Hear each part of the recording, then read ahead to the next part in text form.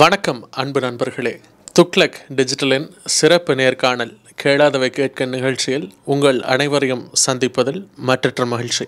இந்துக்கள் இஸ்லாமியர்கள் என இரு தரப்பிற்கும் சாதகமான ஒரு தீர்ப்பை உச்ச நீதிமன்றமே வழங்கிய பிறகும் சர்ச்சைகள் ஓய்ந்தபாடில்லை.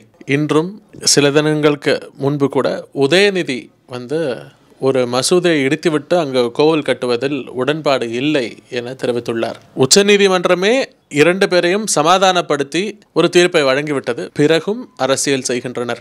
ஆனால் மூத்த பத்திரிகையாளர் ஒருவர் சொன்னதை போல ராமரின் வாழ்க்கையே ஒரு போராட்டமாகத்தான் இருந்துள்ளது. அவரது பிறப்பாகட்டும், பிறகு வனவாசமாகட்டும், சீதையை அபகரித்ததாகட்டும், பிறகு பட்டாபிஷேகமாகட்டும், எல்லாமே பெரும் போராட்டம்தான். அதுபோல இப்போது அவருக்கு கோவில் கட்டுவதிலும் ஒரு போராட்டம், பெரும் போராட்டம் நடந்தது. இந்த போராட்டங்களை சுற்றி பல சர்ச்சைகள், இந்த சர்ச்சைகளால் பல கேள்விகள். இதற்கெல்லாம் யார் பதில் சொல்ல முடியும்? இது போன்ற கேள்விகள், பல முக்கிய கேள்விகள் எழுகின்றன. ஆகமங்கள் பற்றி, அங்கு உள்ள வழிபாட்டு முறைகள் பற்றி, பிரதமர் பிரதிஷ்டை செய்யலாமா, பிராண பிரதிஷ்டை செய்யலாமா என கேள்விகள் எல்லாம் எழுகின்றன. இதை பற்றி யார் பேச முடியும் என தீர்க்கமாக யோசித்த பொழுது இது சம்பந்தமாக மிக மிக ஆழ்ந்த அறிவும் ஞானமும் கொண்ட சென்னை பல்கலைக்கழகத்தின் வைணவத்துறையின் முன்னாள் தலைவர் பேராசிரியர் திரு வெங்கடகிருஷ்ணன் அவர்களிடம் கேட்கலாம் என முடிவு செய்தோம். அவரிடம் கேட்பதற்கு பல கேள்விகள் இருக்கின்றன. உங்களது அனைத்து கேள்விகளையும் அவரிடம் வைக்கிறேன். கேள்விகளுக்கான பதில்களை கேளுங்கள். உங்கள் நண்பர்களிடம், உறவினர்களிடம் பகிருங்கள். வாருங்கள், கேட்கலாம். 1528 பாதுகாக்கப்பட்ட குழந்தை ராமரின் சிலையோடு இப்போது 2024 ஜனவரி 22 பிராண பிரதிஷ்டை செய்யப்பட்டு கோவில் அமைய உள்ளது. இது பற்றி உங்களுடைய கருத்தை சொல்லுங்கள். அயோத்தியில் ஸ்ரீ ராமபிரானுக்கு அவர் அவதரித்த இடம், அதாவது இந்த பக்கத்திலெல்லாம் சொல்கிற பொழுது அவதார ஸ்தலம் என்று சொல்லுவோம், அங்கே ஜன்மபூமி என்று சொல்லுகிறார்கள். அப்படிப்பட்ட இடத்துல ஒரு கோவில் இருந்து அது பல காரணங்களால் மறைந்து மறுபடியும் அந்த கோவில் அந்த இடத்துல ஏற்படுகிறது, அதுவும் 500 வருடங்களுக்கு பிறகு ஏற்படுகிறது என்று சொன்னால் அது மிகவும் முக்கியமான விஷயம். அது ஒரு விதத்தில் சொல்ல போனால் நாம் எல்லோரும் ரொம்ப பாக்கியசாலிகள். என்ன காரணம்னா, இந்த 500 வருஷத்தில் யாரும் பார்க்காத ஒரு விஷயத்தை இப்போ நாம் இருந்து பார்க்க போகிறோம் என்று சொல்லுகிற பொழுது நிச்சயமாக நாம் எல்லாம் அதிர்ஷ்டசாலிகள் தான். நம்முடைய காலத்தில் அங்கே ஒரு கோவில் ராமபிரானுக்கு மறுபடியும் எழப்போகிறது என்பது மிகவும் மகிழ்ச்சியான செய்தி. அது ராமபிரானுக்கு வனவாசம் முடிந்து அவர் அயோத்தியைக்கு திரும்பின பொழுது அந்த அயோத்தியில் இருந்த மக்கள் எல்லாரும் எவ்வளவு மகிழ்ந்திருப்பார்களோ இப்பொழுது அந்த மகிழ்ச்சியை நாம் அடைகிறோம். புதிதாக கட்டப்பட்டு வரும் இந்த கோவில் நகர ஆர்கிடெக்சரில் அமைந்துள்ளதாக, நார்த் இந்தியன் ஸ்டைலில் இருப்பதாக சொல்கின்றனர். இதன் சிறப்பு என்ன? நமது தமிழக தென்பகுதியில் உள்ள கோயில் கட்டுமான கலைக்கும் ஆகமங்களுக்கும் அதற்கும் உள்ள வித்தியாசங்கள் என்ன?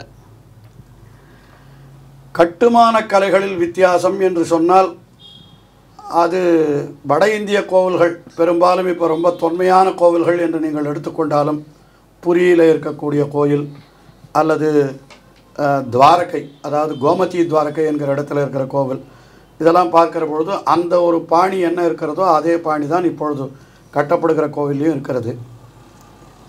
தென்னாட்டில் இருக்கிற கோவில்களுடையதுக்கும் அதுக்கும் பாணியில் என்ன வித்தியாசம்னு சொன்னாக்கா, நேரடியாக பார்க்கிற பொழுது பார்வையிலே தெரிகிற வித்தியாசம் என்கிறது. கோவில்களில் வைக்கக்கூடிய தூண்கள், கம்பங்கள், அதிலெல்லாம் கூட சிற்பங்கள் இருக்கும். அதில் நிறைய ஆழ்வார்களுடைய பிம்பங்களோ, நாயன்மார்களுடைய பிம்பங்களோ, இல்லை இன்னும் அதை நிர்மாணித்த அரசர்களுடைய சிலைகளெல்லாம் கூட சில சமயம் வைப்பார்கள்.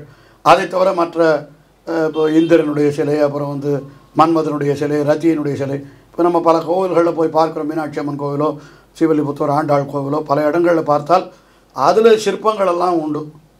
ஆனால் இப்போ இந்த வடநாட்டு கோவில்களில் பார்த்தீங்கன்னா அந்த மாதிரி சிற்பங்கள் எதுவும் இருக்காது. வேலைப்பாடுகள் இருக்கும் கம்பங்கள்லாம், ஆனால் அதில் தனிப்பட்ட சிற்பங்கள் எதுவும் இருக்காது.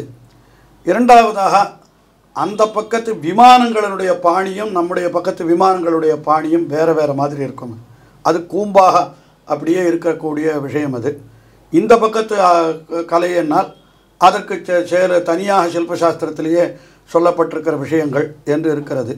அதனால் தட்சிண தேசத்து சிற்பக்கலைக்கு தனியாக சாஸ்திரங்களும், உத்தர தேசம் அதாவது வடதேசத்தில் இருக்கக்கூடிய அந்த சிற்பங்களுக்கு தனியான ஒரு சில்பசாஸ்திரமும் அவர்களுக்குள்ளே இருப்பதாக தெரிகிறது. அதனால் அதற்கு இதற்கும் வேறுபாடுகளும் இருக்கிறது. ஆனால் எல்லா இடத்துலையும் என்னென்னா கலைநயத்தோடு இருக்க வேண்டும் என்கிறது பொதுவான விஷயம். அது எப்படி இருக்கணும்னா கலைநயத்தோடு எல்லாரையும் பார்க்கும் பொழுது அவர்களுடைய மனத்தை ஈர்க்கும் வகையில் அது இருக்க வேண்டும் என்கிறது. அதை தவிர இப்போ கர்ப்பகிரகம் என்று சொன்னால் எல்லா இடத்துலையும் கர்ப்பகிரகம் ஒரே மாதிரி தான் இருக்கும். கர்ப்பகிரகத்து உள்ள இப்போ ஒரு 4 வாசலோ இதெல்லாம் கிடையாது. ஒரே ஒரு கதவு தான் முன்னால் உள்ளுக்குள்ளே எல்லாம் அடைத்து. ஏன்னா அந்த பகவானுடைய அந்த சக்தியினுடைய கட்டாட்சம் பூரா நேரம் நம்ம பேர்லேயே விழணுன்றதுனால கர்ப்பகிரகத்து உள்ள ஒரு ஜன்னலோ இன்னொரு கதவோ அதெல்லாம் வைக்கிற வழக்கம் அங்கேயும் கிடையாது, இங்கேயும் கிடையாது. அதனால் அதெல்லாம் பொதுவாகத்தான் இருக்கிறது. மொத்தத்தில் கோவிலினுடைய பாணிங்கிறது சற்று வேறுபட்டு இருக்கிறது, அவ்வளோதான். அங்கு இருக்கும் ராமரை ராம் லல்லா, குழந்தை ராமர் என்கிறார்கள். வளர்ந்த பட்டாபிஷேகம் முடித்த ராமராக இருக்கலாமே? அதாவது ஆரம்ப காலத்தில் இது எப்படி இருந்தது என்பது 500 வருடங்களுக்கு முன்னாலே எப்படி இருந்தது என்பது விஷயம். அப்போது ஒருவேளை அந்த சமயத்தில் பிறக்கிற பொழுது அந்த ராமரை ராம்லல்லான்னு வைத்ததுக்கு என்ன காரணம் என்றால், அவர் பிறந்த இடம் அது என்கிறபடியினாலே அந்த பிறந்த இடத்துல அவருக்கு கட்டுகிற கோவிலை அப்படியே அவர் குழந்தை ராமராகவே வைத்து பண்ணலாம்னு ஆதி காலத்தில் பண்ணி இருக்கலாம். அது இப்பொழுதும் தொடர்கிறது. இப்போ நம்ம ஊரில் கூட ஒரு கோவிலில் பெருமாள் ஒரு தோற்றத்தில் இருக்கார். ஏன் அந்த தோற்றத்தில் இருக்காருன்னு தனியாக விசாரம் பண்ணுறதை விட அந்தந்த இடத்துல அந்தந்த மாதிரி நாம் தரிசனம் பண்ணுறது விசேஷம்னு நாம் கொள்ளலையா? இப்போ இங்கே திருவல்லிக்கேணியில் வந்தால் பெருமாள் பார்த்தசாரதின்னு பெரிய மீசையோட அது தேரோட்டின அந்த கோலத்தில் எழுந்தருள் இருக்கிறார். இன்னொரு கோவிலுக்கு போகிறோம், அங்கே பாண்டவ தூதர்னு போனால் அந்த துரியோதனுடைய சபையில் போய் தூதனா போன பொழுது பெரிய ரூபம், அந்த மல்லர்களை அழித்து பெரிய ரூபம் எடுத்தார் என்று தூதனாய் அந்த ரூபத்தில் அங்கே சேவிக்கிறோம். அதே போல் இப்போது மன்னார்குடியில் போனாக்கா ராஜகோபாலன்னா மாடி மேய்க்கிற கோலத்தில் பெருமாள் கண்ணனை இந்த மாதிரி ஒரு இடத்துல ஒரு மாதிரி சேவிக்கிறோம். இங்கே ராமரையும் கூட அந்த மாதிரி பட்டாபிஷேக ராமனாக சேவிக்கிறது, வெறும் கோதண்ட ராமனாக சேவிக்கிறது என்று ஒவ்வொரு இடத்துல ஒரு மாதிரி அது இருக்கிறது.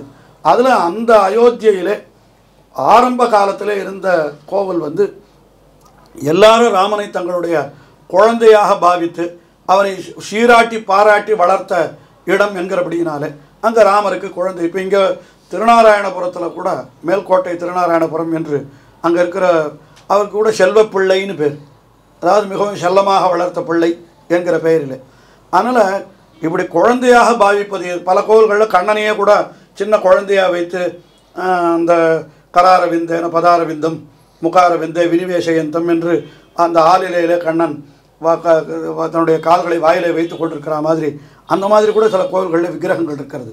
அதனால் இந்த மாதிரி பலவிதமாக அந்த பகவானை வழிபடலான்னா அதில் அந்த இடத்துல முக்கியமாக ராம் லல்லா என்று ராமனையே ஒரு குழந்தையாக வைத்து, ஏன்னா அந்த அயோத்தியில் பிறந்த பொழுது அவன் அந்த வடிவத்தில் தானே முதல்ல எல்லாரும் பார்த்துருப்பான், அப்புறம் தானே அவனை பட்டாபிஷேக ராமனாக பார்த்துருப்பான். அதனால் அந்த வடிவில் அவனை அந்த இடத்துல பிரதிஷ்டை பண்ணி வணங்குகிறார்கள் என்று நாம் கொள்ளலாம். ஸ்ரீரங்கம் கோவில், ஸ்ரீரங்கம் ரங்கநாதர் அவரது குலதெய்வ கோவிலாம். தமிழகத்திற்கும் அயோத்தியில் பிறந்த ராமருக்கும் உள்ள சம்பந்தம் என்ன? அவர் ஆரிய கடவுள், தமிழ் கடவுள் முருகன் மட்டும்தான் என சில அரசியல்வாதிகள் சொல்கிறார்கள். அதை பற்றி சற்று விரிவாக சொல்லவும். இது மிகவும் நீண்ட கேள்வி. அதாவது முதல்ல ஸ்ரீரங்கம் கோவில் அதை பற்றி மாத்திரம் இதில் 3-4 கேள்விகள் அடங்கி இருக்கின்றன. நாம் கேட்க வேண்டிய விஷயத்தில் தெரிந்து கொள்ள வேண்டிய விஷயம். முதல்ல ராமனுக்கும் ஸ்ரீரங்கத்துக்கும் என்ன சம்பந்தம், முதல்ல அதை தெரிவிக்கிறேன். அதாவது ராமபிரான் இப்பொழுது ஸ்ரீரங்கத்தில் எழுந்தருளிருக்கின்ற ரங்கநாதனைத்தான் ஆராதித்து கொண்டிருந்தான் என்பது தொன்று தொட்டு சொல்லப்பட்டிருக்கிற ஒரு விஷயம். அது ஒரு நம்பிக்கை என்று கூட சொல்லலாம். அதற்கு அகச்சான்றுகள் இருக்கின்றன. அதாவது என்னன்னாக்கா, சூரியன் அவன்தான் முதலிலே, அது அவனுக்கு விவஸ்வான் என்று பெயர் சூரியனுக்கு. அந்த விவஸ்வான் ஆகிற சூரியன் தான் முதலிலே இந்த ரங்கநாதரை ஆராதித்திருக்கிறான், முதல்ல பூஜை பண்ணியிருக்கிறான். அதற்கு பிறகு அவனுடைய பிள்ளை, அவனுக்கு வைவஸ்வதன் என்று பெயர், விவஸ்வானுடைய பிள்ளை வைவஸ்வதன் என்று பெயர். அந்த வைவஸ்வதனுக்கு இந்த பெருமாளை கொடுத்தான், நீ ஆராதித்து கொண்டு வா என்று. அவருக்கு வைவஸ்வத மனு என்று கூட பெயர் உண்டு. அந்த வைவஸ்வத மனுவனுடைய பிள்ளை தான் இக்ஷ்வாகு என்பவர். இந்த இக்ஷ்வாகு தான் ராமனுடைய மூதாதையர். இப்போ ராமனுடைய குலத்தை இக்ஷ்வாகு குலம் என்று தான் சொல்லுவார்கள். அப்போ அந்த இக்ஷ்வாகுனிடத்தில் வந்து வழி வழியாக வந்து தசரதன் ஆராதித்து அதற்கு பிறகு ராமபிரான் ஆராதிக்கிறான், அந்த பெருமாளை பூஜை செய்கிறான். வால்மீகி ராமாயணத்தில் நேர இந்த ரங்கநாதனின்னு சொல்லலையே தவிர அவர் பெருமானை பூஜை பண்ணினார்ன்றது இருக்குது. ராமனுக்கு பட்டாபிஷேகம் நாளைக்கு அப்படின்னு சொன்ன உடனே தசரதர் கூட்டு நாளைக்கு உனக்கு பட்டாபிஷேகம்னு சொல்கிறார். உடனே இன்றைக்கு இரவு போய் நீ என்னென்ன பூஜைகள் பண்ணணுமோ பண்ணுன்னு சொன்ன உடனே அவர் நேராக சகபத்னியா விஷாலாட்சியா நாராயணம் உபாகமத்து என்று தன்னுடைய மனைவியோடு கூட நாராயணனை ஆராதிப்பதற்கு சென்றான் என்று அங்கே சொல்லப்பட்டிருக்கிறது. அந்த நாராயணன் இவர்தான் என்று விரிவுரையாளர்கள் அங்கே எடுத்து காட்டியிருக்கிறார்கள். ரங்கநாதத்தான் பூஜை பண்ணினார்கள். இதெல்லாம் முடிந்த பிற்பாடு அதற்கு பிறகு நடந்த ராமாயண நிகழ்ச்சிகளெல்லாம் நிறைய இருக்கிறது. ராமன் ராவணனை வென்று மறுபடியும் அயோத்திக்கு திரும்பி வந்து பட்டாபிஷேகம் செய்து கொண்ட பிற்பாடு தனக்கு உதவி புரிந்தவர்களுக்கெல்லாம் நிறைய பரிசுகள் கொடுக்குறான். அங்கதனுக்கு, அப்புறம் ஹனுமானுக்கு, எல்லாருக்கும் பரிசுகள் கொடுக்குறான்.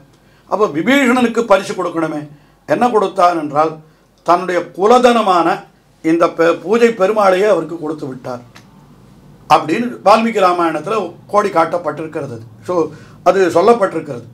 உடனே அந்த விபீஷணன் அந்த பெருமாளை பெற்றுக்கொண்டு செல்கிறான். லப்த்வா குலதனம் ராஜா லங்காம் பிராயாத் மகாயசாக. லப்த்வா குலதனம் ராஜா லங்காம் பிராயாத் விபீஷணா என்றும் பாடம் இருக்கு. விபீஷணன் அந்த குலதனம் லப்துவான், ராமனுடைய குலதனம் அப்படின்னா ராமனுடைய குலதெய்வம் அர்த்தம். அது குலதெய்வமான இந்த ரங்கநாதனை பெற்றுக்கொண்டு அவர் சென்றார் என்ற வரை வால்மீகி ராமாயணத்திலேயே சொல்லப்பட்டிருக்கிறது. அவர் செல்லுகிற பொழுது அவர் ஆகாய மார்க்கமாக போகிற பொழுது வழியில் அவர் கீழே காவேரியில் இறங்கி விபீஷன் அது காவேரியில் நீராடி சில அனுஷ்டானங்களை முடித்து கொண்டு மறுபடியும் அங்கிருந்து லங்கைக்கு போக வேண்டும் என்று கீழே இறங்கின பொழுது அந்த இரண்டு புறமும் காவேரி ஓடுகிறது, நடுவில் ஒரு திடர் இருக்கிறது, மேடு, அதுதான் இப்போதைய ஸ்ரீரங்கம். அந்த இடத்துல பெருமாளை வைத்து விட்டு நீராடி விட்டு வந்த பொழுது அப்பொழுது என்ன சொல்லிவிட்டாராம் பெருமாள், நான் உன்னோடு வரவில்லை, நான் இங்கேயே இருக்கிறேன், இது இடம் ரொம்ப ரம்யமாக இருக்கிறது, இந்த இடத்தில் இருந்து கொண்டே உன்னை நான் பார்த்து கொண்டிருக்கிறேன், உன்னை நான் கட்டாட்சிக்கிறேன், அதனால் என்னை இங்கேயே விட்டுவிடு என்று விபீஷணத்தில் அவர் சொன்னாராம். விபீஷணனும் வேறு வழி இல்லாமல் அவரை ஸ்ரீரங்கத்திலேயே விட்டுவிட்டு அவன் லங்கைக்கு சென்று விட்டான். அதனால தான் இன்றைக்கும் கூட வேறு எந்த கோவிலிலும் இல்லாத விசேஷமாக ஸ்ரீரங்கத்தில் மட்டும்தான் அது தெற்கே பார்த்த கோவில். அது தெற்கு திசையை நோக்கி சாதாரணமாக கோவில்களை அமைக்க மாட்டார்கள். ஏன்னா தெற்கு திசை என்கிறது கொஞ்சம் இருக்கிற திசைகளுக்குள்ள அது காரணம் என்னன்னு கேட்டால் அது யமனுடைய திசை என்கிறபடினாலே சாதாரணமாக சுபகாரியங்கள் செய்கிற பொழுது கூட கிழக்கு திக்கை பார்த்து கொண்டு தான் செய்யணும். ரொம்ப வேறு வழியில் மேற்குலேயோ வடக்குலேயோ செய்யலாம், ஆனால் தெற்கில் செய்ய மாட்டார்கள். ஆனால் ரங்கநாதன் கோவில் மட்டும் தமிழ்நாட்டில் தெற்கு திக்கை பார்த்து இருக்கிறது. அதற்கு என்ன காரணம் என்றால் இலங்கை தெற்கில் இருக்கிறபடியினாலே இங்கிருந்து விபீஷணனை கட்டாட்சிக்க வேண்டும், அருள் பாலிக்க வேண்டும் என்பதற்காக தெற்கு நோக்கி ராமபிரான் எழுந்தருள் இருக்கிறான் என்றுதான் ரங்கநாதன் அவன் எழுந்தருள் இருக்கிறான் என்று அது ஆழ்வார்களுடைய பாடலிலே கூட பெரியாழ்வார் மண்ணுடைய விபீஷணர்க்காய் மதிலிலங்கை திசை நோக்கி மலர்கள் வைத்த என்னுடைய திருவரங்கர் என்று சொல்லுகிறார். மண்ணுடைய விபீஷணர்க்காய், விபீஷணருக்காக மதிலிலங்கை திசை நோக்கி அந்த இலங்கை நோக்கி இருக்கிறார் என்று பெரியாழ்வார் பாசுரம் பாடுகிறார். அதே போல தொண்டரடிப்புடி ஆழ்வாரும் கூட ரங்கநாதனை பற்றி சொல்லுகிற பொழுது குடதிசை முடியை வைத்து, குடதிசைனா மேற்கு திசை, குணதிசை பாதம் நீட்டி கிழக்கு திசையில் தன்னுடைய திருவடிகளை நீட்டி இருக்கிறான், வடதிசை பின்பு காட்டி தென் திசை இலங்கை நோக்கி அப்படின்னு சொல்லி தொண்டரடிப்புடி ஆழ்வாருடைய பாட்டு. இலங்கையை நோக்கி கொண்டிருப்பதற்காகவே தெற்கு திசையில் ரங்கநாதன் பள்ளி கொண்டிருக்கிறான் என்று அப்படி சொல்ல. அந்த ஊருக்கே திருச்சீரங்கநாதன் பள்ளி என்றுதான் முதல்ல பேர் இருந்தது. திருச்சீரங்கநாதன் பள்ளி கொண்டிருக்கிற இடம், பள்ளினாலே கோவில், திருச்சீரங்கநாதன் பள்ளினா ரங்கநாதனுடைய கோவில். அது திருச்சீரங்கநாதன் பள்ளி என்கிறது பின்னால் திருச்சிராப்பள்ளி ஆகி கடைசியில் இப்போ திருச்சியும் ஆகிடுது. அது அதனால் அந்த அளவில் வந்து நிற்கிறது. அது அப்படி பள்ளி கொண்டிருக்கிற இடம் ரங்கநாதன் விபீஷணனுக்கு. அதனால் ராமனாலே ஆராதிக்கப்பட்டு அது விபீஷணனுக்கு பரிசாக கொடுக்கப்பட்டு அந்த விக்கிரகம்தான் திருமேனி தான் இன்றைக்கும் திருவரங்கத்திலே எழுந்தருளி இருக்கிறது என்றது அந்த ஸ்ரீரங்கத்தினுடைய ஸ்தல மகாத்மியம். புராணம்னு இருக்குது, ஸ்தல புராணம்னு இருக்குது அந்த ஊருது, ஸ்ரீரங்க மகாத்மியம்னு. அது புராணங்கள்லேருந்து தொகுக்கப்பட்டது. அதுலேயும் இந்த விஷயம் சொல்லப்பட்டிருக்கிறது. இது நெடுநாள்களாக அது அப்படியே எல்லாராலும் பின்பற்றப்பட்டு கொண்டும் வருகிறது. இதுதான் ஸ்ரீரங்கநாதன் தான் ராமபிரானுக்கு குலதெய்வம் என்கிறதுக்கு இவ்வளவு விஷயங்கள் நாம் தெரிந்து கொள்ள வேண்டும். இது ஒரு விஷயம். இரண்டாவதாக, இப்போது ராமபிரானுக்கும் தமிழகத்திற்கும் என்ன தொடர்பு அப்படின்னு ஒரு நாம் யோசனை பண்ணணும். ராமபிரானுக்கு ராமாயணம் என்கிறது எங்கேயோ வடக்கே நடந்ததுன்னா கூட அது பல நூற்றாண்டுகளாக எல்லாரிடத்திலும் அது நன்றாக பரவி பல்கி பெருகி எல்லாரிடத்திலையும் சமுதாயத்திலேயே கலந்திருக்கிறது ராம காதைகள் எல்லாம். அந்த கணக்கில் நீங்கள் பார்ப்பீர்களானால் இது அகநானூரில் ராமாயணத்தை பற்றின ஒரு செய்தி வருகிறது. அதாவது அகநானூரில் அது பாடெல்லாம் சொன்னால் ரொம்ப நேரமாகும், சுருக்கமாக விஷயத்தை சொல்கிறேன். அதாவது நாயகனுக்கும் நாயகிக்கும், அதாவது தலைவன் தலைவி என்று 2 பேர். அகநானூறுனா இப்படிப்பட்ட விஷயங்கள் தான் சொல்லப்படும். அப்போ நாயகனோடு அந்த நாயகிக்கு ஒரு தொடர்பு ஏற்பட்டது. அதை பற்றி ஊராரெல்லாம் ஒரு மாதிரி புறம் பேச ஆரம்பித்து விட்டார்கள். இன்னும் நாயகி அவன் மனம் புணர்ந்து கொள்ளவில்லை, ஆனால் இந்த நாயகி அவனோடு சேர்ந்து விட்டாள் அப்படின்னு எல்லாரும் பேசின்னு இருக்கா. அப்போது தோழி சொல்கிறான்னு நினைக்கிறேன், என்ன சொல்கிறா, என்னத்துக்கு இந்த மாதிரி பேர் அனாவசியமாக கெட்ட பேர் வரணும், பேசாத நாயகனை கூட்டு நீ அவளை கல்யாணம் பண்ணி கொண்டு விடு, ஊர் வாய் அடக்கி விடும், அவ்வளோதான், இது ஒன்று தான் வழி அப்படின்னு சொல்கிறான். எல்லாரும் பேசாத இருக்கணுமானா நாயகன் நாயகியை கல்யாணம் பண்ணிக்கணும், இதுதான் வழி. இதுக்கு உதாரணம் சொல்கிற பொழுது என்ன சொல்கிறாருன்னா, ராமபிரான் கடற்கரைக்கு வந்து கடலை எப்படி தாண்டுவது என்று ஆலோசனை பண்ணி கொண்டிருந்த பொழுது அவர் ஒரு ஆலமரத்தடியில் இருந்தார். இதெல்லாம் அகநானூரில் சொல்லப்பட்ட விஷயம். அந்த ஆலமரத்தடியில் இருந்தார். அப்பொழுது ராமபிரான் பேசத் தொடங்கின உடனே அந்த ஆலமரத்தில் இருந்த பட்சிகள், பறவைகள் எல்லாம் கூட ஒலி எழுப்புவதை நிறுத்திவிட்டன. ஒருத்தரும் அங்கே நிசப்தமாகிடுது ராமபிரான் பேசத் தொடங்கின உடனே. எப்படி ராமபிரான் பேசத் தொடங்கின உடனே அங்கே நிசப்தம் ஏற்பட்டதோ அதுபோல் நீயும் கல்யாணம் பண்ணிவிட்டா எல்லார் வாயும் மூடிவிடுவா அப்படின்னு இப்படி ஒரு உதாரணம் சொல்லணும். இப்படி ஒரு உதாரணம் சொல்ல வேண்டிய அவசியமே இல்லையே. அதனால் அகநானூறுலேயே ராமபிரானுடைய ராமாயணத்தை பற்றின செய்தி அங்கே ராமன் என்றே சொல்லி அதை பற்றி சொல்லப்பட்டிருக்கிறது. அதே மாதிரி புறநானூறுலேயும் கூட ஒரு விஷயம் சொல்லப்படுகிறது. ஒரு அரசன் வந்து இளஞ்சேட்சென்னின்னு நினைக்கிற யாரோ ஒரு அரசன், அவன் வந்து தன்னுடைய ஒரு புலவருக்கு நிறைய பரிசு கொடுக்குறான். இந்த பரிசையெல்லாம் எடுத்துகிட்டு போகிறார் புலவர். நிறைய ஆபரணங்களை கொடுத்தா அந்த வீட்டில் இருக்கிறவர்கள்லாம் ரொம்ப வறுமையானவர்கள். அதனால் அவர்களுக்கு இந்த ஆபரணங்களை பற்றி ஒன்றுமே தெரியலை. அவள் என்ன பண்ணாலாம், அந்த ஆபரணத்தை எடுத்து கையில் போட்டுக்கிற ஆபரணத்தை காதில் போட்டுட்டாலாம், காதில் போட்டுக்கிற ஆபரணத்தை காலில் போட்டுட்டாலும் என்ன பண்ணுறதுன்னே தெரியல.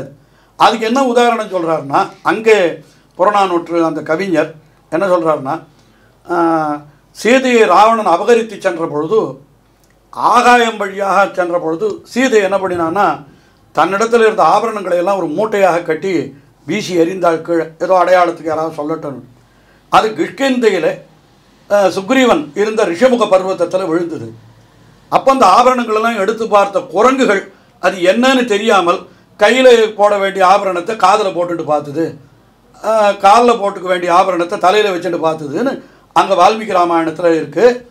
அதே மாதிரி இங்கே நிகழ்ந்ததுன்னு சொல்கிறார். இந்த உதாரணமாக இப்படி சொல்கிறேன். உண்மையாக சொல்ல போனால் இந்த நிகழ்ச்சி வால்மீகி ராமாயணத்தில் கூட இப்படி சொல்லலை.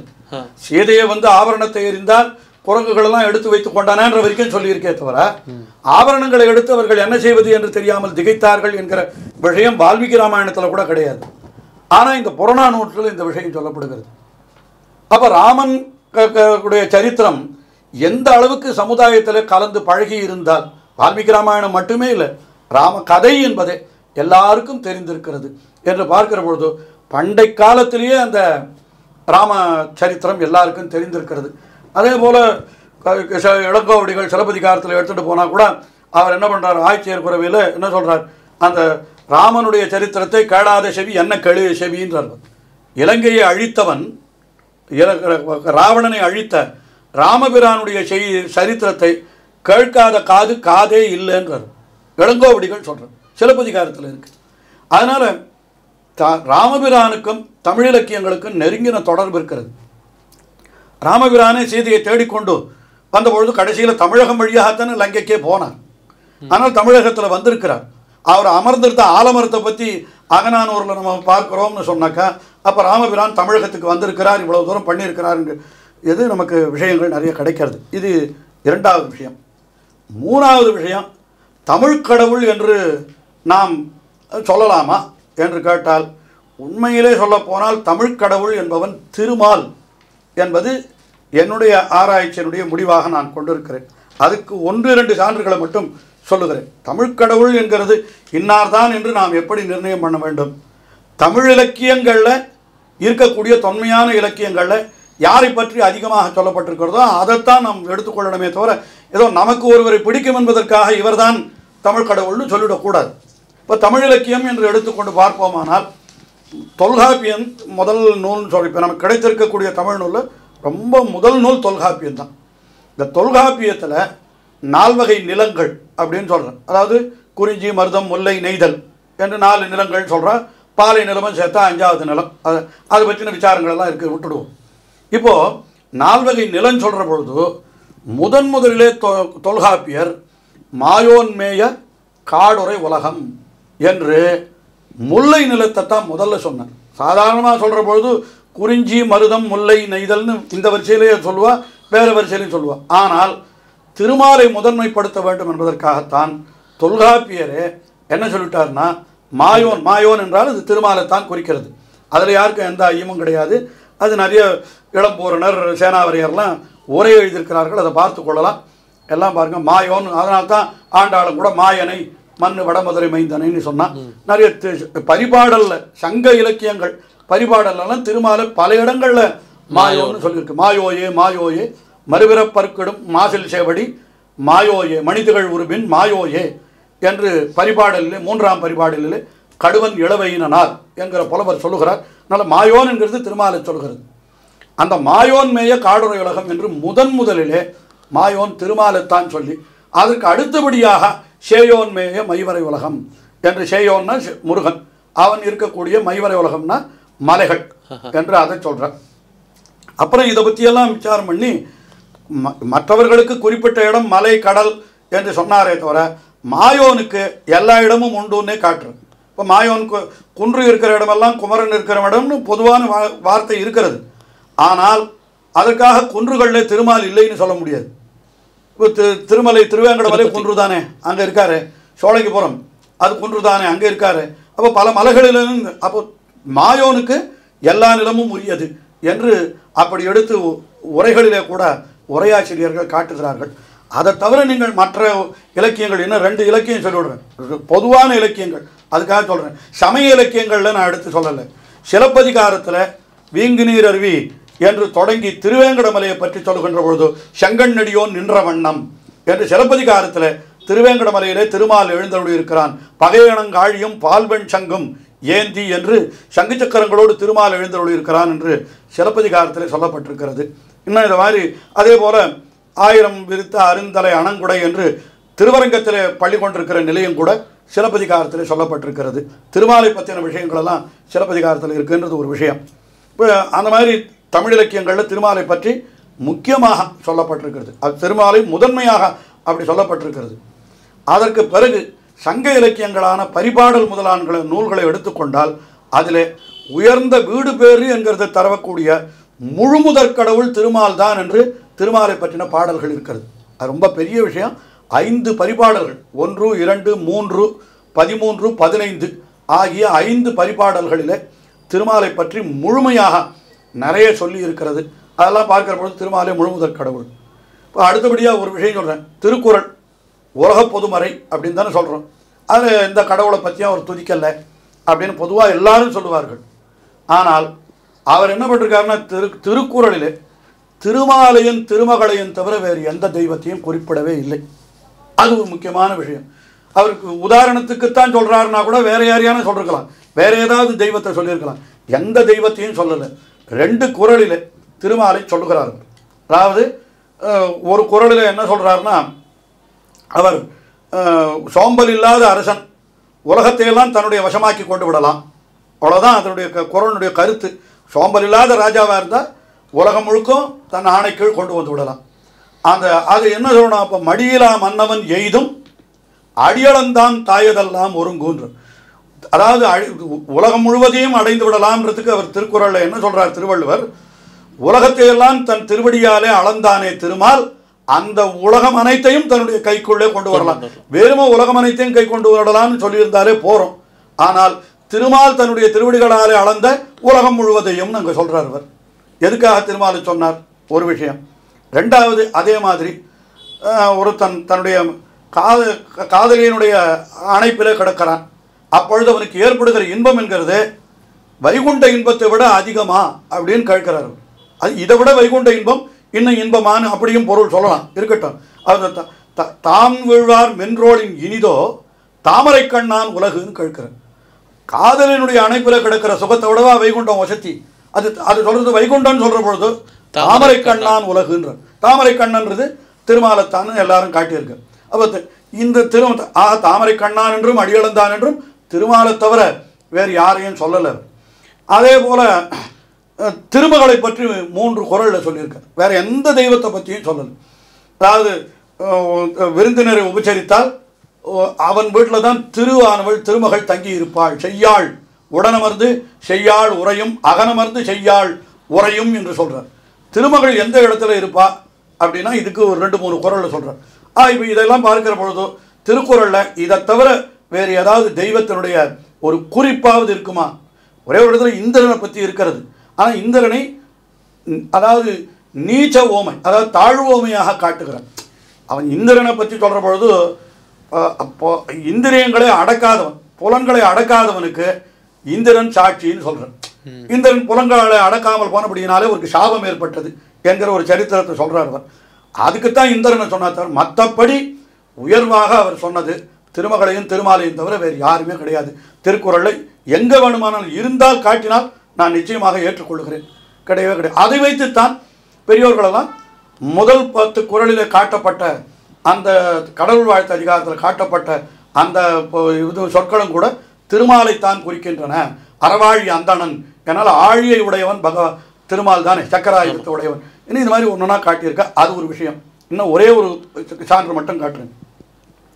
ஔவையார் எழுதினது ஆத்திச்சூடின்னு பேர்.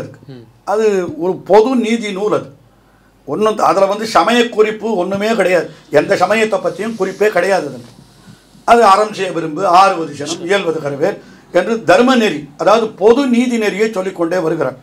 அதில் அவர் சிறப்பாக என்ன பண்ணியிருக்கிறாள் ஔவையார் என்னால், அவர் என்ன பண்ணியிருக்கிறார், அகர வரிசையில் வச்சு சொல்கிறார். அ ஆ ஈன்னு அகர வரிசை முடிஞ்ச உடனே கக்கா கிக்கின்னு சொல்லுவார். அந்த அந்த ககர வரிசையும் முடிஞ்ச பிற்பாடு அதாவது காங்கா சாஞ்சா சொல்லி முடிக்கிறார் ககர வரிசையில்.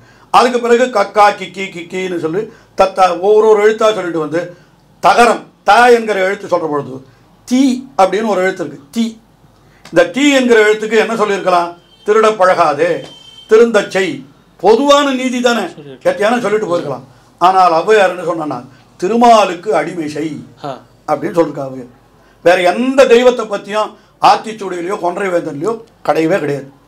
ஆனால் இந்த இதில் மட்டும் ஆத்திச்சூடியில் தீ என்கிற எழுத்துக்கு மொத்தமே அறம் செய்ய விரும்பு ஆறுவது சனம்னா அந்த இடத்துல வேற ஏதாவது தீ என்கிறதுக்கு என்ன திருந்த பழகு, திருந்த செய், திருட பழகாதேன்னு பொதுவான விஷயத்தை சொல்லியிருக்கலாம். ஆனால் திருமாலுக்கு அடிமை செய், நீ தொண்டு செய்ய வேண்டியது திருமாலுக்குன்னு காட்டியிருக்கா. இந்த திருமாலை தவிர வேறு எந்த தெய்வத்தையும் ஆத்திச்சூடியிலையோ கொன்றை வேந்தல்லையோ ஔவையார் குறிப்பிடவே இல்லை. இதுபோல சொல்லிக்கொண்டே போகலாம். பொதுவான இலக்கியங்களிலேயே திருமாலை பற்றி நிறைய குறிப்புகள் இருக்கிற அப்படின்னாலே என்னுடைய கருத்து தமிழ் கடவுள் திருமால் என்றுதான் நாம் கொள்ள வேண்டும் என்பதுதான் என்னுடைய கருத்து. அதனால அந்த திருமாலுடைய அவதாரம் தான் இந்த ராமபிரான்.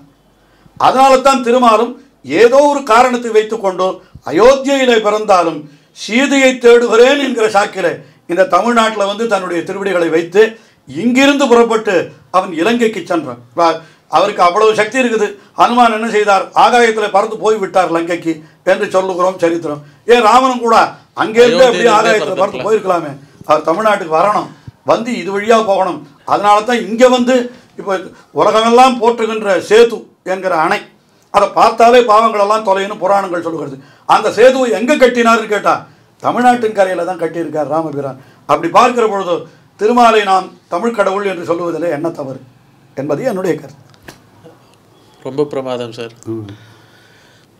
கோயில் இன்னும் கட்டி முடிக்கப்படவில்லை, அதற்குள் கும்பாபிஷேகம் செய்யலாமா என சிலர் கேட்கின்றனர்.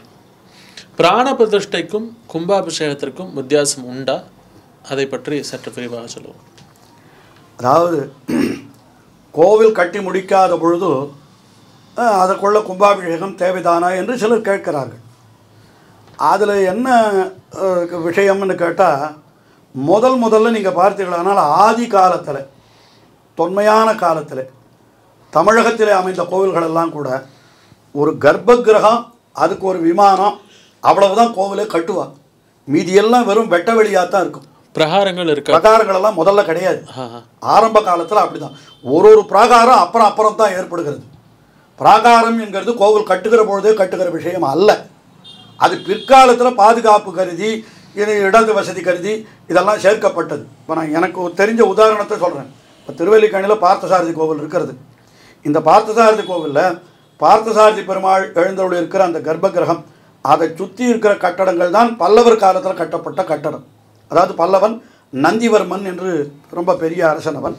அவன் கோவில் கட்டினான். தந்திவர்மன் அதை இன்னும் கொஞ்சம், அவனுடைய பிள்ளை அதை கொஞ்சம் இன்னும் திருப்பணி செய்து சிறப்பாக ஆக்கினான்னெல்லாம் அதுக்கு வேண்டிய சான்றுகள்லாம் இருக்குது, கல்வெட்டெல்லாம் இருக்குது, கோவில்லையே இருக்குது. அதற்கு பிறகு இன்னொருத்தர் வருகிறார், நம்ம இந்த கோவிலை கொஞ்சம் விரிவாக்கம் செய்வோம், இன்னொரு கோவில் கட்டுறேன், இன்னொரு மதில் கட்டுறேன், இன்னொரு பேர். ஸ்ரீரங்கத்தில் 7 மதில் அப்படின்னு சொல்லுகிறோம். நீங்கள் போய் பார்த்தீர்களானால் முதல் மதில் தர்மவர்மா கட்டினது. அடுத்த மதில் சொல்லுகிற பொழுது இப்போ திருமங்கை ஆழ்வார் கட்டினது ஆலிநாடன் திருச்சுற்றுன்னு ஒரு திருச்சுற்று சொல்கிறார். திருமங்கை ஆழ்வார் காலத்துக்கும் தர்மவர்மா காலத்துக்கும் எவ்வளோ வித்தியாசம் இருக்குன்னா பல 100 ஆண்டுகள் இருக்கும். கடைசியில் விக்ரம சோழன் கட்டின கோவில்னு விக்ரமன் திருவீதின்னு ஒரு திருவீதி இருக்குது. இப்போ 7 வீதியும் ஒரே காலத்தில் கட்டினது இல்லை, பல 1000 வருடங்களில் கட்டினது. முதல்ல இருக்கிற கோவில் சின்னது, அவ்வளவுதான். அதுக்கு எல்லாம் வெட்ட வெளியாக இருக்கும். அடுத்தபடி என்ன பண்ணுறான், இன்னொரு அரசன் வருகிற பொழுதோ இன்னும் கொஞ்சம் கோவிலை விரிவாக்கம் செய்வோம், இன்னொரு மதிலை கட்டுறான், அதுக்கப்புறம் இன்னொரு மதிலை கட்டுறான். இப்படி பெருசாகிட்டு போயிடுது. ஆனால் கும்பாபிஷேகம் எப்போ பண்ணியிருப்பா அப்படின்னா, முதல்ல அந்த கர்ப்ப கிரகத்தை அமைத்து ஒரு விமானத்தை அமைத்து அந்த கோவில் அந்த விக்கிரகத்தை வைத்த உடனே கும்பாபிஷேகம் அப்படித்தான் பண்ணணும். அதுதான் பண்ணுவார்கள். ஆனால் இந்த காலத்தில் நம்ம வச்சுட்டு பேசணும். இந்த காலத்தில் என்ன பண்ணுறோன்னா, கோவில்களே நமக்கு பார்க்கச்சியே இப்போ பெருசாக புதிதாக கோவில்கள் கட்டுவது என்பது குறைவுன்னு வைத்துப்போம். பழைய கோவில்களை ஜீர்ணோத்தாரணம் பண்ணுற பொழுது மொத்தமாக தான் பண்ணிட்டு இருக்கோம். புதிதாக கோவில்களை கட்டுகிற பொழுதோ நம்ம அதுக்கு வேண்டிய அளவுக்கு காம்பவுண்டை போட்டுட்டு உள்ளே கட்டுறோம். அப்புறம் சில மண்டபங்கள் பண்ணாத கூட இருக்கா. பிற்காலத்தில் ஒருத்தர் அதுக்கு பணம் கொடுக்குறாரு, அந்த மண்டபத்தை தனியாக கட்டுறா, இந்த மண்டபத்தை தனியாக கட்டுறான்னா அதுக்கெல்லாம் கும்பாபிஷேகம் பண்ண வேண்டிய அவசியம் இல்லை. கர்ப்பகிரகம் தான் முக்கியம். எப்பொழுதுமே கர்ப்பகிரகம் என்கிறது என்னன்னா, ஒரு தாயினுடைய கருவறை போல, கரு போல, அந்த கருவில் தான் இந்த சிசு உண்டாகிறது, குழந்தை உண்டாகிறது. அதனால் அதோட அது அந்த இடத்துல தான் அந்த உயிர்ப்பு அந்த கருவுக்கு எங்கே ஏற்படுகிறதுனா அந்த கர்ப்பத்து உள்ளதான் ஏற்படுகிறது. அதுபோல் இந்த சிலைகளுக்கும் கூட கர்ப்பகிரகத்து உள்ள பிராண பிரதிஷ்டை என்று பண்ணுகிறார்கள். என்று சொன்னால் கர்ப்பகிரகம் தான் கோவில். அதுக்கப்புறம் நாம் சேர்க்கிறதெல்லாம் எல்லாம் என்ன சொல்கிறது, பிற்காலத்தில் ஏற்பட்ட என்ன அடிஷன்றால் அந்த மாதிரி பிற்காலத்தில் சேர்க்கப்பட்டவை தானே தவிர கர்ப்பகிரகம் மட்டும்தான் கோவில். மற்றதெல்லாம் நம்முடைய வசதிக்காக நாம் ஏற்பாடு செய்து கொள்ளக்கூடிய விஷயங்கள். இப்படித்தான். அதனால் இப்பொழுது முழுமையடையாத கோவில் என்று சொல்கிற கருத்தே தவறு. எப்பொழுது கர்ப்பகிரகம் முழுவதும் நிர்மாணிக்கப்பட்டு விட்டதோ, ஒரு விஷயம், இப்போ திருப்பணி பண்ணி ராமபிரானை அது உள்ள பிரதிஷ்டை பண்ணின பிற்பாடு மறுபடியும் கர்ப்பகிரகத்தில் போய் எந்த வேலையும் பண்ணக்கூடாது. அந்த வேலையெல்லாம் முடிஞ்சிருக்கணும். அதை நான் ஒப்புக்கொள்ளுகிறேன். கர்ப்பகிரகத்துக்கு உண்டான வேலைகள், அதாவது கர்ப்பகிரகத்து உள்ளுக்குள்ளே இருக்கிற வேலை, ஒருவேளை வெளி சுவர்களில் ஏதாவது பண்ணணும்னா கூட அப்புறம் நம்ம பண்ணிக்கலாம், அது தப்பில்லை. உள்ளுக்குள்ளே இருக்கிற வேலைகள் என்கிறது பிரதிஷ்டைக்கு முன்னாடி பண்ணிவிடணும். அது பிரதிஷ்டை பண்ணுற பொழுது உள்ளுக்குள்ளே எல்லாம் பூர்த்தியாக இருக்கணும். அந்த கருவறை என்கிறது முழுவதும் நிறைந்து இருக்க வேண்டும். கருவறைக்கு மேலே இருக்கிற விமானமும் நிறைவு பெற்றிருக்க வேண்டும். அதுக்கப்புறம் நம்ம பின்னால் கட்டிக்கிறதெல்லாம் நம்முடைய வசதிக்கு ஏற்ப எவ்வளோ வேணால் கட்டிக்கலாம். இன்றைக்கி அந்த கோவில் ஒரு 2 ஏக்கரில் இருக்குதுன்னு வச்சுக்கோ, எனக்கு தெரியாத அளவுகள்லாம் நான் பெருமை சொல்கிறேன். சரி, நாளைக்கு இன்னும் கொஞ்சம் இடம் கிடச்சிதுன்னு வச்சுக்கோ, இன்னொரு பிரகாரம் கட்டுறார். அப்போ எல்லாம் கட்டி முடிச்ச பிற்பாடு தான் கோவில்னா எண்ணி கட்ட முடியும்? அப்படி கிடையாது. கர்ப்பகிரகம் தான் கோயில். அதுக்கு பிறகு இருக்கிறதெல்லாம் பிற்சேர்க்கை தான் அது. அதனால் கர்ப்பகிரகம் முழுமை அடைந்து விட்டால் அதில் பிரதிஷ்டை நன்றாக செய்யலாம் என்கிறது தான் விஷயம். அடுத்தபடியாக இந்த பிராண பிரதிஷ்டை என்று சொல்லுவதற்கும் கும்பாபிஷேகம் என்று சொல்லுவதற்கும் என்ன வித்தியாசம்னு கேட்கிறார். வித்தியாசம் ஒன்றும் இல்லை. இப்போ கும்பாபிஷேகத்திலையும் பிராண பிரதிஷ்டை உண்டு. ஆ பிராண பிரதிஷ்டையில் கும்பாபிஷேகம் உண்டான்றது அது என்ன விஷயத்தில் பண்ணுறான்னு இப்போ என்னென்னா இந்த பக்கத்துலலாம் ஆகமங்களுடைய அடிப்படையில் கோவில்கள் கட்டப்படுகின்றன. தமிழ்நாட்டில் ஆகமம் என்று சொல்லுகிற பொழுது சைவத்தில் பல ஆகமங்கள் இருக்கின்றன. காமிக ஆகமம், அந்த ஆகமம், இந்த ஆகமம், ஆகமங்கள் இருக்கு. ஒவ்வொரு கோவிலுக்கும் ஒரு ஆகமம் இருக்கும். வைஷ்ணவத்தில் 2 ஆகமம் தான். ஒன்று பாஞ்சராத்திரம், இன்னொன்று வைகானசம். இப்போ சில கோவில்கள் வைகானசம், சில கோவில்கள் பாஞ்சராத்திரம். அது எந்த ஆகமத்தின்படி பிரதிஷ்டை பண்ணுறாலோ அந்த ஆகமத்தின்படி தான் பூஜைகளும் நடைபெறும். இப்போது திருவல்லிக்கணி பார்த்தசாரதி கோவில், திருமலை திருப்பதி சீனிவாச பெருமாள் கோவில் இதெல்லாம் வைகானச ஆகமம். இப்போ காஞ்சிபுரம் வரதராஜ பெருமாள் கோவில், அத்திவரதர் அந்த கோவில், அதே போல் ஸ்ரீரங்கம் ரங்கநாத சுவாமி கோவில் இதெல்லாம் பாஞ்சராத்திர ஆகமம். ஸோ இந்த ஆகமங்கள் பிரகாரம் பண்ணுறேன்.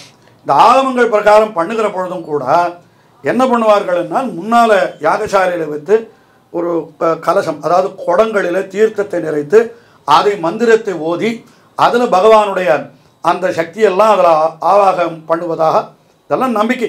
இதெல்லாம் நம்பாதவர்களுக்கு நான் எதுவும் சொல்ல முடியாது, நம்பிக்கையே சொல்கிறேன் நான். அதில் பெருமாளுடைய பகவானுடைய சக்திகள் எல்லாம் வருகிறது. அதற்கு பிறகு அந்த கும்பத்தை எழுந்துள்ள பண்ணி கொண்டு போய் கர்ப்ப கிரகத்தில் வைத்து அந்த கும்பத்திலேருந்து எடுத்து பெருமாள் இடத்துல இந்த கும்பத்தில் இருக்கிற அந்த சக்தியை அந்த பிம்பத்தில், அதாவது விக்கிரகத்தில் ஏற்றுவது. இதற்குத்தான் பிராண பிரதிஷ்டைன்னு பேர். பிராண பிரதிஷ்டைன்னா அந்த கும்பத்திலேருந்து எடுத்து ஒரு தர்ப்பத்தால் தொட்டு இந்த பெருமாளுடைய திருவடியை தொடுவான். திருவடினா கால்கள். அப்போ அதுக்கு ஒரு மந்திரம் சொன்னால் அந்த திருவடியில் அந்த பிராண பிரதிஷ்டை ஆகிறது. அடுத்தபடி முழங்காலில், அடுத்தபடி இடுப்பில், வயத்தில், பெருமாள் கண்ணில், இதில் இந்த மாதிரி பண்ணிகிட்டே வந்து முழுக்க அந்த மந்திரங்கள் சொல்லி முடிக்கப்பட்டால் இது பிராண பிரதிஷ்டை ஆகிவிட்டது என்று அர்த்தம். இது விமானங்களுக்கு பண்ணுகிற பொழுதோ அங்கே போய் என்ன பண்ணுவாங்கன்னா அந்த விமானத்தில் இந்த கலசத்தில் இருக்கிற தீர்த்தத்தை அங்கேயே ஆவாகனம் பண்ணிவிட்டு அது அப்படியே அந்த விமானத்தில் தண்ணீரை சேர்ப்பாங்க. அது கும்பாபிஷேகம். அதுக்கு கும்பாபிஷேகம். கும்பத்தில் இருக்கிற ஜலத்தை விமானத்தில் சேர்த்து அபிஷேகம் பண்ணுகிறபடினால அதுக்கு கும்பாபிஷேகம்னு பேர். வைணவத்தில் அதை சம்பிரோக்ஷணம்னு சொல்கிறோம். புரோக்ஷணம்னா என்ன அர்த்தம்? ஜலத்தில் கொட்டி இது பண்ணுறது, அப்படியே தர்ப்பத்தால் புரோட்சிக்கிறது. புரோட்சிக்கிறதுன்னு தெளிக்கிறது. அதனால் இதுதான். இது பெரும்பாலும் எல்லாம் இப்போ அயோத்தியில் நடக்க போகிற கோவிலில் பண்ணக்கூடிய அந்த பிராண பிரதிஷ்டையோ அது கும்பாபிஷேகம்னு சொன்னாலும் சரி, சம்பிரோக்ஷணம்னு சொன்னாலும் சரி, பெரும்பாலும் இதெல்லாம் வந்து பாஞ்சராத்திர ஆகமத்தின்படி தான் நடக்கிறது. ஏன்னா அந்த இடத்துல ரொம்ப பிரசித்தராக இருந்தவர் ராமானந்தர் என்று ஒரு பெரிய மகான். அவர் கிட்டத்தட்ட ஒரு 600 வருடங்களுக்கு முன்னாலே இருந்தவர். அவர் ராமானந்தர்னு பேர். அவர் ராமானுஜருடைய வழிவந்த பல விஷயங்களை ஏற்றுக்கொண்டிருக்கார். இருந்தாலும் அவர் தனியாக ராமானந்தர் கல்ட்டுன்னு ஒரு தனியாக அவருடைய மரபு வழி வந்தவர்கள் என்று தனியாக பல பேர் இருக்கிறார்கள். ஆனால் அவர் அந்த ராமானந்தர் தனக்கு குருவாக ராமானுஜரை தான் சொல்லுகிறார். ராமானுஜர் காலத்துக்கு 400 வருடம் பிற்பட்டவர் தான். இருந்தாலும் ராமானுஜரை அவர் வழிபடுகிறார். அந்த ராமானந்தர் என்பவர் பெரும்பாலும் அந்த பக்கத்தில் இருக்கிறவா எல்லாரும் ராமானந்தரை தான் பின்பற்றுகிறார்கள். வைணவர்கள் அத்தனை பேரும் ராமானந்திகள்னே சொல்லி கொள்வார்கள். இப்போ எனக்கு தெரிந்து அயோத்தியில் இருக்கிற கோவில் கூட அந்த நிர்மோகி அகாரான்னு ஒன்று இருந்ததுங்க. அது ஒரு ஸ்தாபனம். அது அதில் வர துறவிகள் போல இருக்கிறவா தான் இங்கே பூஜையெல்லாம் பண்ணிட்டு இருந்தான்னு சொன்னேன். அந்த நிர்மோகி அகாராவை சேர்ந்த அத்தனை பேரும் ராமானந்திகள், ராமானந்த சம்பிரதாயம். அந்த ராமானந்தர் இதே போலத்தான் நம்ம இப்போ நான் என்னை போல நான் சொல்லிக்கிறதுக்கு இதுவாக இருக்குது. இது மாதிரி திருமண், இதே மாதிரி திருமண் தான் இட்டுட்டு இருப்பார். நெற்றியிலே நாமம், இதே மாதிரி நாமம் இட்டு அவருடைய சிலைகள்லாம் அங்கே வச்சுருக்கா நிறைய. நீங்கள் வடக்கே போனாக்கா அயோத்தியை சுற்றி உள்ள பரிசரங்கள் நிறைய இடங்கள் அவருடைய ராமானந்தருடைய விக்கிரகங்கள்லாம் இருக்குது. இந்த கோவிலேயே கூட ராமானந்தர் விக்கிரகம் இருந்ததுன்னு ஞாபகம் எனக்கு சரியா ஞாபகம் இல்லை. அந்த அவர் பாஞ்சராத்திர ஆகமத்தை தான் பின்பற்ற சொல்லியிருக்கிறார். அதனால் அந்த அடிப்படையில் தான் இப்பொழுது அங்கேயும் கோவில் நடக்கிறது. அதில் சுக்குல யஜுர்வேதம் என்கிறது ஒரு முக்கியமாக அந்த பாஞ்சராத்திர ஆகமத்தில் சொல்லப்பட்டது. இப்போ பாஞ்சராத்திர ஆகமத்தில் விக்கிரகத்தை பிரதிஷ்டை பண்ணுறதுக்கு முன்னாடி ஜலாதிவாசம்னு முதல்ல ஜலத்தில் அந்த விக்கிரகத்தை வைத்திருக்கணும், தண்ணீரில் வைத்திருக்கணும். அதுக்கப்புறம் தானியவாசம் என்று தானியங்கள் நடுவில் அந்த விக்கிரகத்தை சில நாள்கள் வைக்கணும். எத்தனை நாள் என்னெல்லாம் கணக்கு இருக்குது. எல்லாம் ஆன பிற்பாடு அந்த விக்கிரகத்தை ஊர்வலமாக எடுத்துகிட்டு செல்லணும். அப்போ அந்த நேத்ரோன்மீலனம் என்ற கண் திறப்பு அதற்கு நடந்திருக்காது.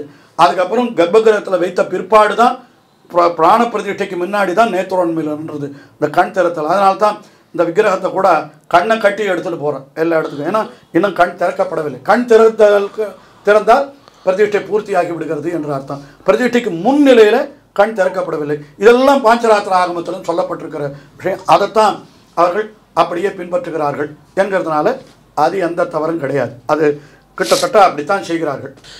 கொடிமரம் இல்லாமல் பிராண பிரதிஷ்டை செய்வது சரியா எனவும் கேள்வி எழுகிறது. அது பற்றி உங்கள் கருத்து? அதாவது கொடிமரம் இல்லாமல் பிராண பிரதிஷ்டை பண்ணலாமான்ற ஒரு கேள்விக்கு விடை என்னன்னா, எல்லாமே அந்தந்த இடத்தினுடைய பழக்க வழக்கங்கள் என்னவோ அதுதான். இப்போ தமிழ்நாட்டில் இருக்கிற கோவில்கள் எல்லாம் கொடிமரம் இருக்கிறது. பெரும்பாலும் தமிழ்நாட்டில் எல்லா கோவில்கள்லையும் கொடிமரம் இருக்கிறது. ஆனால் வடநாட்டில் இருக்கிற கோவில்களில் எதுலேயுமே எனக்கு தெரிந்து கொடிமரம் கிடையாது. அது பாஞ்சராத்திர ஆகமமாக இருந்தால் கூட தேசத்துக்கு தேசம் அந்த விஷயக்கு அனுஷ்டானங்களும் மாறுபடும். அது உண்டு. பாஞ்சராத்திர ஆகமத்திலேயே கூட ஒவ்வொரு இடத்துல ஒரு மாதிரி. இப்போ பாஞ்சராத்திர ஆகமத்திலேயே இப்போ திருநாராயணபுரத்தில் அவங்க ஃபாலோ பண்ணுற பின்பற்றுகின்ற சம்ஹிதை என்கிறது வேறு என்று சொல்லுகிற பொழுது அவர்களுடைய உற்சவத்தில் இருக்கக்கூடிய வேறுபாடுகள் இப்போ ஸ்ரீரங்கத்தில் பண்ணுறது அதே மாதிரி இப்போ மேல்கோட்டை திருநாராயணபுரத்துலையோ காஞ்சிபுரத்துலையோ பண்ண மாட்டார்கள்.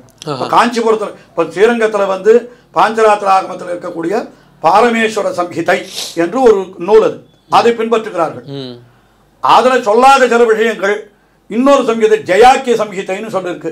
அது காஞ்சிபுரத்தில் பின்பற்றப்படுகிற பாஞ்சராத்திர ஆகமம் ஜெயாக்கிய சம்ஹிதைன்னு பேர். திருநாராயணபுரத்தில் பின்பற்றப்படுகிற பாஞ்சராத்திர ஆகமம் பாத்ம சம்ஹிதைன்னு பேர். அதனால் இப்போ ஆகமம் ஒன்றாக இருந்தால் கூட அதில் இருக்கிற விஷயங்களில் வேறுபாடுகள் எல்லாம் இருக்குது. அது எப்படின்னுட்டு இப்போ அந்தந்த தேசத்தில் என்ன வழக்கம் இருக்கிறதோ அந்த வழக்கப்படி இப்போ பத்ரிகாசிரமம்னு போகிறோம், அங்கே துவஜஸ்தம்பம் கிடையாது. இப்போ துவாரகைன்னு சொன்னேன், அங்கே துவஜஸ்தம்பம் கிடையாது. பல இடங்களில் துவஜஸ்தம்பம் இல்லாமல் தான் கோவில்கள் இருக்கிறது. துவஜஸ்தம்பம் வைத்தாக வேண்டும் என்கிற கட்டாயம் கிடையாது. துவஜஸ்தம்பம் இருந்தால் இப்போ அங்கே இப்போ இன்னொரு விஷயம் சொல்கிறேன். இப்போ தமிழ்நாட்டு கோவில்கள் எல்லாத்துலேயும் மூலவர் விக்கிரகம் தனியாக இருக்குது, உற்சவர் விக்கிரகம் தனியாக இருக்குது. உற்சவர் விக்கிரகத்துக்குத்தான் உற்சவங்கள்லாம் நடத்தணும், பிரம்மோற்சவம்லாம் நடத்தணும். இந்த பிரம்மோற்சவம் நடத்தணும்னா அதுக்கு கொடிமரத்தில் கொடி ஏற்றி உற்சவம் நடத்தணும். இப்போது அயோத்தியா கோவிலில் மூலவர் விக்கிரகம் தான் வைக்க போகிறாளே தவிர உற்சவர் விக்கிரகம் கிடையாது.